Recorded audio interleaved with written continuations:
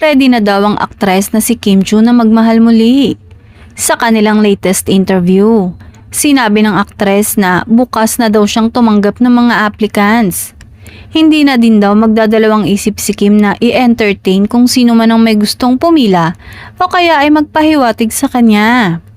Punong-puno din ng positive vibes ang aktres nitong mga nakaraang araw kung saan una na din inihayag na meron na siyang mystery crush. Tila hindi naman nahirapan ng mga fans kung sino ang tinutukoy nito. Dahil habang sinasabi ito ng aktres ay pangiti-ngiti lamang si Paulo sa tabi niya. Saad pa ni Kim, baka raw may darating na tamang tao para sa kanya pagkatapos ng pinagdaanan niya pagdating sa buhay pag-ibig. Baka may plano pa si God sa'yo na maganda. So hayaan mo na lang siya dyan. Pag may dumating, edi dumating. Pero I'll make sure na galing kay God. Naalala naman ng mga netizen sa mga biruan sa nagdaang mall show sa Cebu kung saan tahas ang sinabi ni Kim na si Paulo ng kanyang Mr. Right.